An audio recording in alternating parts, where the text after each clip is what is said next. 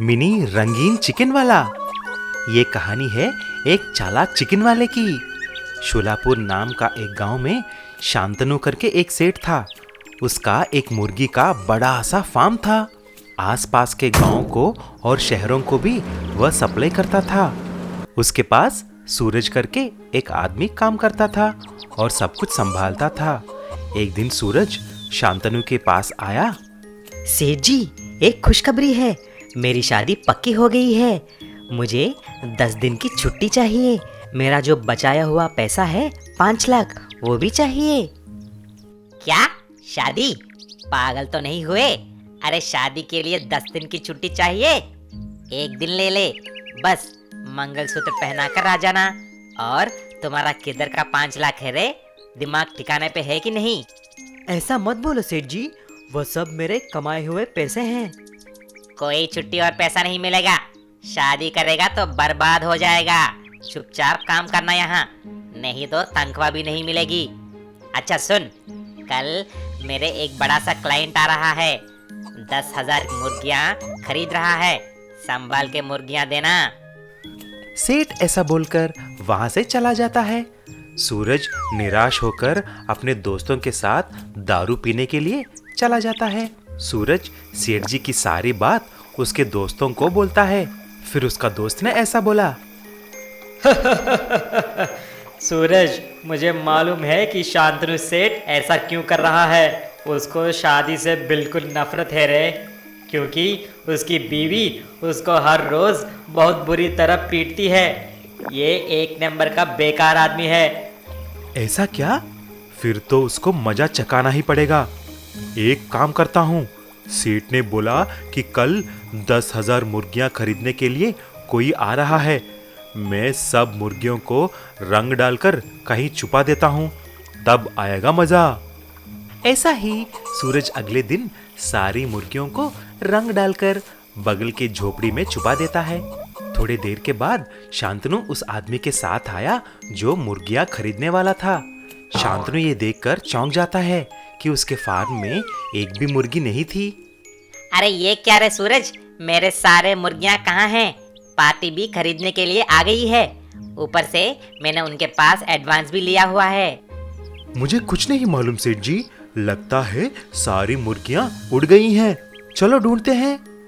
ये सारी बात सुनकर शहर से आया हुआ आदमी शांतनु को बुरी तरह से पीटकर पूरा पैसा लौटाने के लिए बोलकर वहां से चला जाता है। क्यों सेठ जी, अब आया दिमाग ठिकाने पे? वहां पर देखिए, आपकी मुर्गियां रंग बिरंगी मुर्गियां, मैंने ही उनको छुपाया है। अब तो मेरे पैसे मुझे वापस कर दो। अरे यार, सबक मिल गई मुझे। ये लो तुम्हारे पैसे, और हाँ, शादी करके वापस आ जाना। फिर ऐसा कभी नहीं करूंगा। एक दिन आइसक्रीम वाला अपना ठेला लेकर जंगल की तरफ निकल गया। जैसे ही उसे छाया दिखाई दी, वो गर्मी से बहुत परेशान था, इसीलिए पेड़ के नीचे सुस्ताने के लिए बैठ गया। अचानक वहाँ से आलू और कचालू निकल रहे थे। उनकी नजर आइसक्रीम वाले की बग्गी पर गई। अरे अरे कचालू, देखो देखो, ये क्या है? ये वही है ना आइसक्रीम वाला ठेला? हाँ हाँ, वही है। चलो देखते हैं। दोनों मिलकर आइसक्रीम के ठेले के पास जाते हैं। आस-पास गोल गोल घूमने लगते हैं। उन्हें बहुत अच्छा लग रहा था, लेकिन समझ में ये नहीं आ रहा था कि आइसक्रीम है कहाँ। इसके अंदर तो वो ठंडी वाली कुल्फी होती है, लेकिन है कहाँ? हाँ, ऊपर चढ़कर देखो। जैसे ही आलू ऊपर चढ़ता है और डब्बी को खोलता है, वो लुढ़ककर सीधा बर्फ के अंदर चला जाता है। अरे, ये मैं कहाँ गिर गया? यहाँ तो इतनी सारी ठंडी ठंडी आइसक्रीम है। अरे बचाओ बचाओ, मैं यहाँ से बाहर कैसे निकलूं? अरे आलू, तुम तो अंदर गिर गए। कैसा लग रहा है? बहुत ठंडा, बचाओ मुझे। कचालू उसकी बहुत मदद करने की कोशिश करता है, लेकिन कोई रास्ता नहीं मिलता। फिर वो आलू से कहता है, तुम एक काम करो, एक एक आइसक्रीम की कुल्फी को रखो और उसके ऊपर चढ़ने की कोशिश करो। धीरे धीरे आइसक्रीम मुझे पकड़ाते भी रहना। बाहर निकलने के बाद क्या खाएंगे? आलू पूरी कोशिश करता है। एक एक कुल्फी को लगातार लाइन में लगा देता है और फिर धीरे धीरे अपने दोस्त को सीढ़ी की तरह उन पर चढ़कर आइसक्रीम पकड़ाने लगता है। वाह, मेरे दोस्त कमाल कर दिया। देखो कितनी सारी आइसक्रीम जमा कर ली है। चलो जल्दी वापस आओ, नहीं तो ये आइसक्रीम वाला उठ जाएगा। आलू बाहर निकल आता है। दोनों भागने लगते हैं, लेकिन जैसे ही भागते भागते वो अपने घर तक पहुंचते हैं, उनके हाथ में कुछ भी नहीं बचता। अरे आइसक्रीम कहाँ गायब हो गई? ऐसा कैसे हुआ? उन्हें देखकर बिल्ली मौसी जोर जोर से हंसने लगती है। तुमने आइसक्रीम चुराई है ना? ये काम मैं पहले कर चुकी हूँ। ये बर्फ की होती है। अगर इसे ज्यादा देर बाहर रखा तो ये पिघल कर पानी बन जाती है। पीछे मुड़कर देखो, तुम्हारी सारी आइसक्रीम रास्ते में गिरी हुई है। अब क्या करोगे? कैसे खाओगे आइसक्रीम? गुड्डी नाम की एक बहुत ही शैतान बकरी थी। उसे मैं करने के अलावा और कुछ आता ही नहीं था। हर किसी को अपनी आवाज से हमेशा परेशान करना उसकी बहुत बुरी आदत बन चुकी थी। जंगल के पास एक बहुत बड़े ऋषि मुनि तपस्या कर रहे थे। हर रोज गुड्डी उन्हें देखती। अलख निरंजन, अलख निरंजन, हरिओम हरिओम। बाबा साधना में लगे रहते थे, लेकिन गुड्डी लगातार वहाँ खड़ी खड़ी ऐसा करती रहती। मैं बंद होने का नाम ही नहीं लेती। उसकी आवाज के कारण धीरे धीरे ऋषि मुनि की तपस्या भंग होने लगी। एक दिन ऋषि को बहुत गुस्सा आया। उन्होंने अपनी आंखें खोली और गुड्डी बकरी को कहा, हट, तेरे कारण मेरी तपस्या भंग हो रही है। हर रोज यहाँ आकर मैं करती रहती है। दुष्ट बकरी, तुझे इसका अंजाम भुगतना होगा। आज के बाद तू मैं नहीं कर पाएगी।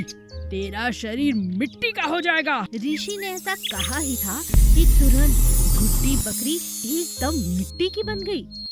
अब ना तो वो बोल सकती थी और ना ही कोई बात कर सकती थी, लेकिन वो बहुत रोने लगी और उसकी आंखों से आंसू बहने लगे। मुझसे क्या गलती हो गई? ऋषि मुनि ने मुझे मिट्टी का बना दिया। अब मैं क्या करूं? मेरी आवाज सुनने वाला कोई नहीं। भगवान मेरी मदद करो। ऋषि मुनि फिर से अपनी तपस्या में लग गए। कई दिन बीत गए। बकरी वहाँ मिट्टी ही बनी रही और खड़ी रही। अचानक एक दिन तेज तूफान आया और बारिश होने लगी। तेज बारिश के कारण मिट्टी की बकरी धीरे धीरे बहने लगी। कोई बचाओ, बचाओ, आज तो मेरी मौत निश्चित है। कोई है? लेकिन बकरी की आवाज बिल्कुल भी किसी को नहीं सुनाई दे रही थी। मगर अचानक ऋषि मुनि के मन में उस बकरी के लिए दया आ जाती है। वो आंखें खोलते हैं और अपना श्राप वापस ले लेते हैं। बकरी अपने असली रूप में आ जाती है और उनसे माफी मांगती है। आप धन्य हैं ऋषि मुनि। आज के बाद मैं बिल्कुल भी शोर नहीं करूंगी। रहूंगी तो आपके आसपास, आपकी सेवा करूंगी, लेकिन आपको बिल्कुल परेशान नहीं करूंगी। आपने मुझे जीवन दान दिया है। मुझे मेरी गलती के लिए क्षमा करें। ऋषि मुनि गुड्डी बकरी को आशीर्वाद देते हैं और कहते हैं, जा, तुझे माफ किया, मगर याद रखना, कभी किसी की भक्ति में कोई बाधा ना बने। इस बात का ख्याल रखना। आज से तुम्हारा परम धर्म होना चाहिए। मैं समझ गई ऋषि जी, ऐसा ही होगा। एक गांव में रामू और माला करके पति पत्नी रहते थे। उनका एक बेटा था शरद और एक बेटी थी स्वप्ना। रामू के पास एक गाय भी थी जिसका दूध बेचकर वह अपने घर का पालन पोषण करता था। इतने साल ये काम करके रामू भी बहुत बूढ़ा हो चुका था। रामू एक दिन सबको बुलाकर ऐसा कहा, अब मुझसे ये काम नहीं होगा बेटा। मैं बहुत कमजोर हो चुका हूँ। अब से शरद को ही सारा काम संभालना होगा। जी पिताजी, आप बिल्कुल फिक्र मत कीजिए, मैं सब कुछ संभाल लूंगा। लेकिन शरद को गाय का देखभाल करना और दूध निकालना तो नहीं आता, इसीलिए वह अपने माँ के पास गया और कहा, माँ, मुझे पता नहीं चल रहा है कि कैसे ये सब काम मैं अकेले करूं। मुझे तो कुछ भी पता नहीं चल रहा है। तभी ये सब बातें सुन रही उसकी बहन स्वप्ना बोली, भैया तुम फिक्र मत करो, मैं तुम्हारे साथ रहूंगी। मैं कुछ न कुछ करूंगी, बस तुम मेरे बात में हाँ मिलाते जाओ। उसी दिन एक आदमी दूध के लिए उनके घर आया। अरे शरद बेटा, मुझे कुछ दूध चाहिए। मेरा बेटा बहुत बीमार है। इस गांव में आपके यहाँ ही सबसे अच्छे दूध मिलते हैं ना, इसीलिए आप मुझे 1 लीटर दूध देना।